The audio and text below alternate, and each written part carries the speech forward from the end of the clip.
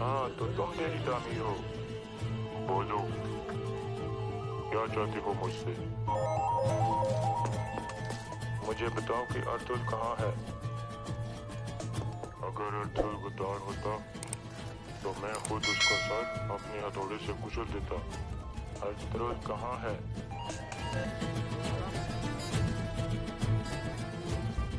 अस्सलाम वालेकुम to all viewers. पिछले एपिसोड में आपने देखा कि तांगुस सल्जुक कमांडर को मार देता है, जिसकी मौत का इल्जाम पहले ही अर्तुगरुल पर लग चुका होता है। दूसरी तरफ तुर्दिकीन ने अपने सिपाहियों को अर्तुगरुल को तलाश करने के लिए भेजा है। इस एपिसोड के शुरू में आप देखेंगे अर्तुगबेक कोरकुतबे से मुलाकात करते हैं और कहते हैं कि दोदुर्गा कबीले में आपकी अहमियत कम होती जा रही है। आयतुलन और तुर्दिकीन आपके हर फैसले में मदाखलत करते हैं। अगर ऐसा ही जारी रहा तो आपके फैसलों में कोई असर नहीं रहेगा। इसलिए कबीले का कानून सिर्फ आपको अपने हाथ में रखना चाहिए। ये सुनकर कोरकुल सरदार सोच में पड़ जाते हैं।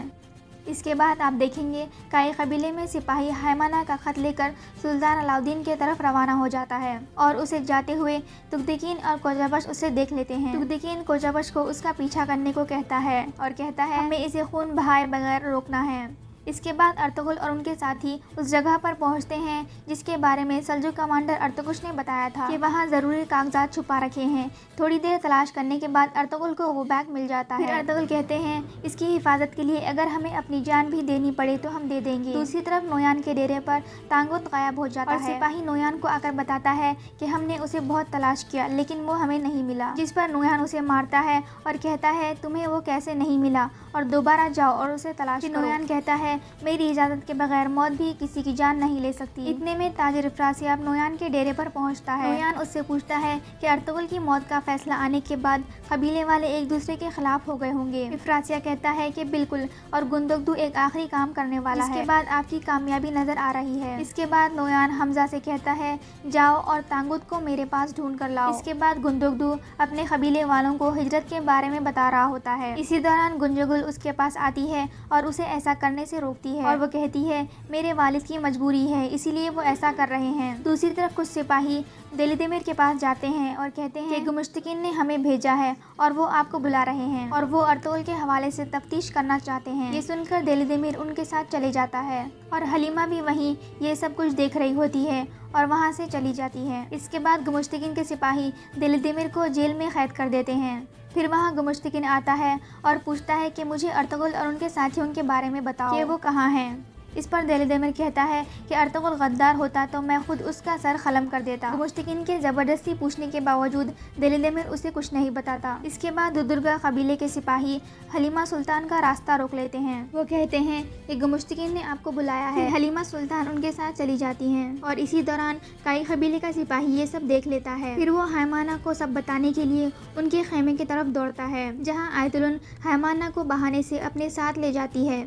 फिर वो सिपाही हैमाना के पास आता है और उन्हें बताता है कि दुदुर्गा कबीले के सिपाही हलीमा सुल्तान और देलिदिमिर को पकड़कर ले गए हैं। ये सुनकर हैमाना कहती हैं कि फौरन हमारे सिपाहियों को बुलाओ। इसके बाद दुदुर्गा कबीले के सिपाही हलीमा को खैमे के पास लेकर पहुंचते हैं कि इतने में हैमाना भी अपने सिपाहियों के साथ वहां पहुंच जाती है और उन्हें रुकने का कहती हैं और कहती हैं कि हलीमा सुल्तान को जाने दो। जिस पर एक सिपाही कहता है कि ये गुमुश्तकिन का हुक्म है। ये सुनकर हैमाना फौरन अपनी तलवार निकालती हैं और उस सिपाही के गर्दन पर रख देती हैं और उसे कहती हैं कि हलीमा सुल्तान को जाने दो वरना मैं तुम्हारा खून बहा दूंगी।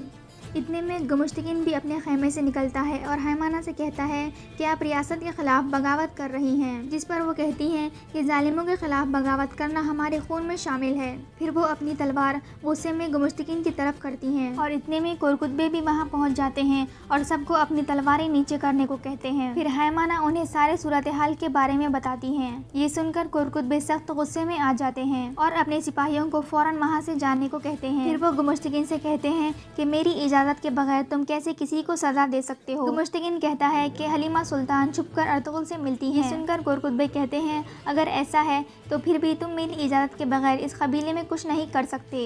इसके बाद गुमुश्तकिन कहता है कि हलीमा सुल्तान ने सुल्तान अलाउद्दीन की तरफ एक खत भेजा है और उस खत में उसने हमारी शिकायतें लगाई हैं। फिर हैमाना कहती हैं कि अगर ऐसा है तो तुम्हें अपनी बात साबित करनी होगी। इस पर गुमुश्तकिन कहता है कि अगर मैंने ये साबित कर दिया तो आप अर्तुगरुल और हलीमा सुल्तान को अपने हाथों से मेरे हवाले करेंगे। इस पर हैमाना कहती हैं कि हाँ मैं ज़रूर करूँगी, लेकिन अभी तुम हलीमा सुल्तान और देलिदिमिर को छोड़ दो।